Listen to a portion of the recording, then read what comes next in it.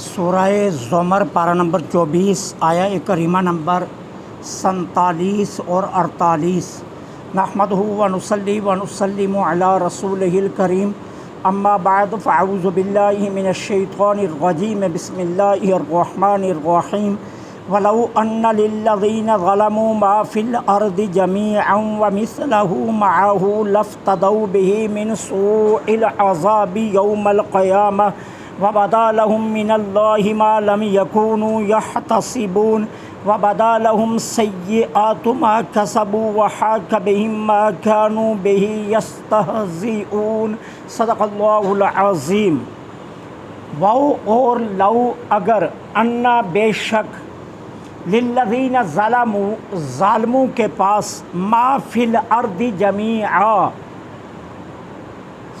جو کچھ زمین میں ہے سب کا سب ہوتا، وَمِثْلَهُ مَعَهُ اور اتنی مثل اور بھی، لَافْتَدَوْا بِهِ وہ ضرور بضرور اس کو فدیہ دیتے، من سوء العذاب یوم القیامہ قیامت کے دن برے عذاب سے بچنے کے لیے، وَبَدَا لَهُمْ اور ظاہر ہوگا، لہم ان کے لیے، من اللہ اللہ کی جانب سے وہ عذاب، ما لم یکونوا یحتسبون جس کا کبھی انہوں نے گمان بھی نہ کیا، وَبَدَا لَهُمْ اور ظاہر ہوں گے ان کے، سیئات برے، ما کسبوا جو کام انہوں نے کیے، وحاقہ اور گھیر لے گا، احاطہ کر لے گا، بہم ان کا، ما کانوا بہ یستہزئون وہ عذاب جس کا وہ مذاق اڑایا کرتے تھے۔ اللہ جل سبحانہ و تعالی ان دو آیات میں کفار کو جو عذاب کی وعید سنائی گئی ہے اس میں دو چیزوں کو بیان فرما رہے ہیں۔ پہلی چیز یہ ہے کہ اگر کفار روئے زمین کی ساری دولت کے مالک بن جائیں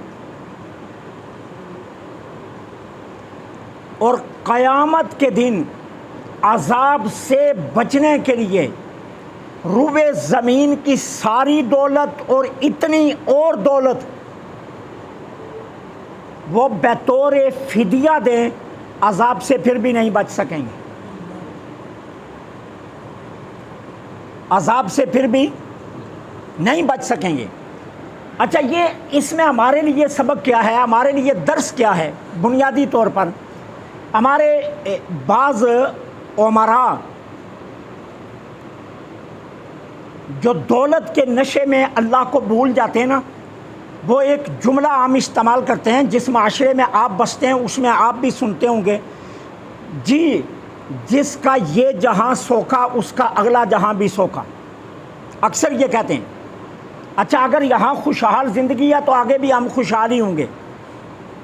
یہاں بتایا جا رہا ہے روئے زمین کی ساری دولت اور اس کی مثل بھی دولت جوڑی جائے تو دے کر عذاب سے بچنا چاہو تو بچ نہیں سکو۔ حقائق کافروں کی ہے، خطاب کافروں کی جانب ہے، لیکن تنبیہ مسلمانوں کو بھی ہے ساتھ کہ بچنے کا واحد راستہ کیا ہے؟ ایمان اور اعمال، یہ دو بنیادی چیزیں ہیں جو انسان کو بچائیں گی۔ اب سرکار علیہ الصلوۃ والسلام نے فرمایا انسان کے پاس تین چیزیں ہیں، ایک گھر رہ جاتی ہے، ایک امتحان گاہ کی منڈیر تک جاتی ہے، اور ایک اندر ساتھ جاتی ہے۔ اب ایک ہے دولت، میت اٹھتی ہے تو وہ گھر رہ جاتی ہے۔ اب دوسرا کیا ہے؟ عزیز و اقارب، دوست، ملنے والے، پیار کرنے والے، چاہنے والے، یہ قبر کے منڈیر تک جاتے ہیں، اندر کوئی نہیں جاتا۔ میں نے کئی بار آپ کو کہا ہے کہ وہ بیٹا جس کی خاطر آپ ساری زندگی داؤ پر لگا دیتے ہیں نا، اگر سارے رشتہ دار مل کر بھی اس کو کہنا یہ تمہارا باپ ہے، تم جانتے ہو کتنا پیارا ہے،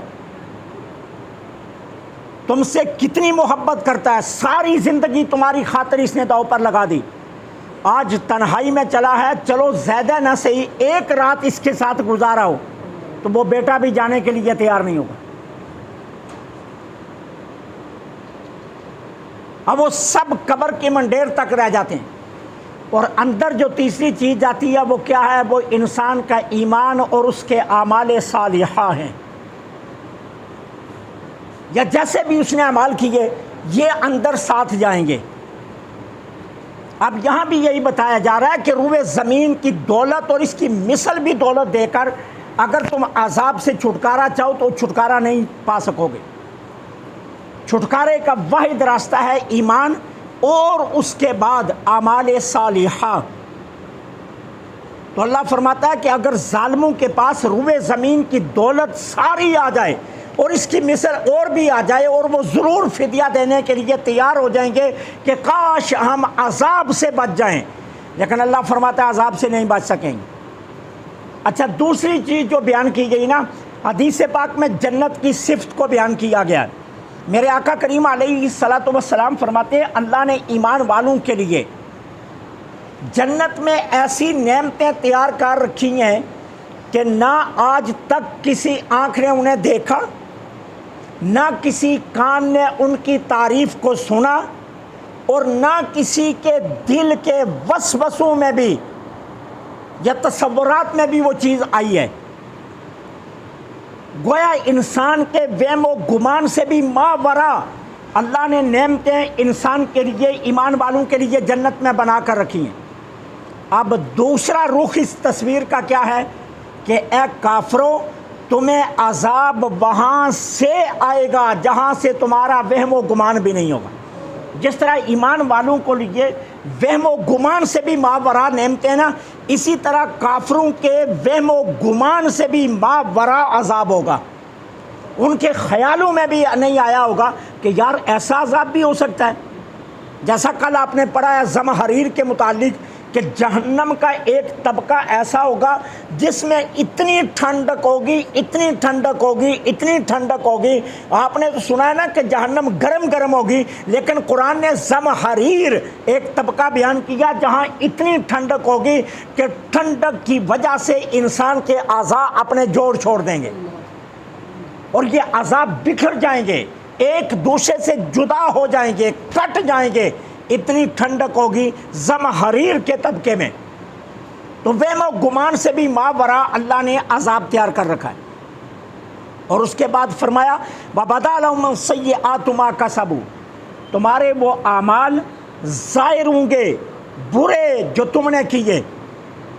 اب یہاں بھی اس آیت میں بھی مفسرین کرام نے دو تصور دیے، ایک کافروں کے وہ اعمال جنہیں دنیا میں وہ نیک سمجھ کر کرتے تھے کہ یہ اچھا عمل ہے، اسے کا مجھے آخرت میں اچھی جزا ملے گی۔ جس طرح کسی نے خیراتی جو ہے نا وہ ادارہ بنا دیا، کسی کافر نے سبیل لگا دی، کسی کافر نے راستہ کھدوا دیا، کسی کافر نے جو ہے نا وہ چشمہ بنا دیا، کنواں بنا دیا، کسی کافر نے ایک لنگر خانہ جاری کر دیا، ٹھیک ہے، کسی کافر نے گنگا رام اسپتال بنا دیا۔ تو یہ سوچ کر بنایا کہ مجھے آخرت میں اس کے اچھا بدلہ ملے گا۔ اللہ فرماتا ہے اچھا بدلہ نہیں ملے گا۔ اس کے گمان میں تو ہے نا کہ اچھا بدلہ ملے گا، لیکن قیامت کے دن جس کو دنیا میں اچھا سمجھتا تھا یہی اعمال برے بن کر اس کے سامنے آئیں گے۔ اب برے کیوں بن کر آئیں گے؟ کیونکہ اس کا ایمان نہیں تھا۔ بنیاد ایمان سے شروع ہوتی ہے، بنیاد جو ہے نا وہ ایمان سے شروع ہوتی ہے نا۔ اب آپ مکان کی بنیاد ہی نہ رکھیں اور بنیادوں کے بنا آپ ایک ڈھانچہ اپنے ذہن میں تیار کر لیں اور کہیں جی میں اتنی خوبصورت دیوار بناؤں گا، اتنا خوبصورت جو ہے نا وہ مکان بناؤں گا، اتنی خوبصورت کوٹھی بناؤں گا، لیکن آپ بنیادوں کا کوئی تصور نہ رکھیں تو اوپر سے اگر آپ مکان تعمیر کرنا شروع کر لیں تو وہ دھڑام سے نیچے گرے گا، وہ ٹھہر نہیں سکے گا۔ تو وہ تمام اعمال جس کو کافر اچھا سمجھ کر کرتا ہے دنیا میں، وہ آخرت میں وہی اعمال برے دکھائے جائیں گے اسے۔ اور دوسرا کون سا طبقہ ہے؟ وہ طبقہ جو ہے تو کلمہ گو لیکن دنیا کو دکھانے کے لیے اور سنانے کے لیے اچھے اعمال کرتے ہیں، ٹھیک ہے نا، دنیا کو سنانے اور دکھانے کے لیے۔ نماز پڑھنے چلا ہوں، کیوں؟ لوگ مجھے نمازی کہیں، ٹھیک ہے نا، وہ بڑا اپنے آپ کو خطاب کے لیے تیار کر کے لے جاتا ہے کہ لوگ میری واہ واہ کریں. یہ خیال نہیں ہوتا کہ اللہ رسول راضی ہو جائیں، کسی بندے کو ہدایت مل جائے، کوئی میری وجہ سے میرے الفاظوں سے کوئی سیدھی راہ پر آ جائے، یہ خیال نہیں ہوتا. یہ ہوتا ہے مجمع کی کثرت اور لوگ واہ واہ کریں اور میں بولتا جاؤں اور دنیا میرے گرد جمع ہوتی جائے. تو یہ تصور قیامت کے دن بہان کا ثابت ہوگا. اسی طرح سخاوت کر رہا ہے تو یہ خیال نہیں ہے اللہ رسول راضی ہو جائیں. کیا ہے، لوگ میرے دروازے پر لائن باندھ کر کھڑے ہوں اور محلے دار کے حاجی صاحب کا کیا بات ہے، حاجی صاحب کی، رانا صاحب، انصاری صاحب، ملک صاحب، کیا بات ہے، کتنی سخاوت کرتے ہیں. اگر درد دل سچا ہوتا تو اپنے دروازے پر تو کسی کو آنے نہ دیتا. حضرت امام زین العابدین کی طرح گھر گھر خود پہنچ جاتا کہ حضرت امام زین العابدین سلام اللہ علیہ کو جب غسل دینے لگے نا تو آپ کے جسم سے لباس اتارا گیا تو آپ کے کاندھوں پر سیاہ نشانات پڑے ہوئے تھے. تو دیکھنے والے حیران ہو گئے کہ شہزادے کے کندھے سیاہ کیسے ہو گئے. تو گھر والوں سے پوچھا تو پتہ کیا چلا، جب رات سارے مدینے والے سو جاتے تھے تو امام زین العابدین اپنے کاندھوں پر بوجھ اناج لاد کر لوگوں کے دروازے پر رکھ کر دستک دے کر بھاگ آیا کرتے تھے کہ یہ بھی نہ پتہ چلے دینے والا کون ہے. تو اس بوجھ اٹھانے کی وجہ سے کاندھے سیاہ ہو چکے تھے. کسی ملازم کو نہیں کہا کہ تم بوجھ اٹھاؤ کہ کسی کو خبر نہ ہو جائے کہ میں غریبوں کی مدد کر رہا ہوں. تو یہ بہان کا تصور ہے کہ جب ہم لوگوں کو دکھلانے کے لیے، لوگوں کو سنانے کے لیے جب کام کرتے ہیں تو پھر یہ کام قیامت کے دن جن کو ہم اپنے خیالوں میں بڑا نیک کام سمجھ کر کرتے ہیں، یہ قیامت کے دن یہی اعمال ہمیں برے کر کے دکھائے جائیں. تو بدا لہم سیئات ما کسبوا، کہ وہ ظاہر ان کے لیے برے وہ کسب جو وہ کرتے تھے، وحاق بہم، اور گھیر لے گا ان کو عذاب الہی ما کانوا بہ یستہزئون، جس کا دنیا میں وہ مذاق اڑایا کرتے تھے. اللہ سے دعا ہے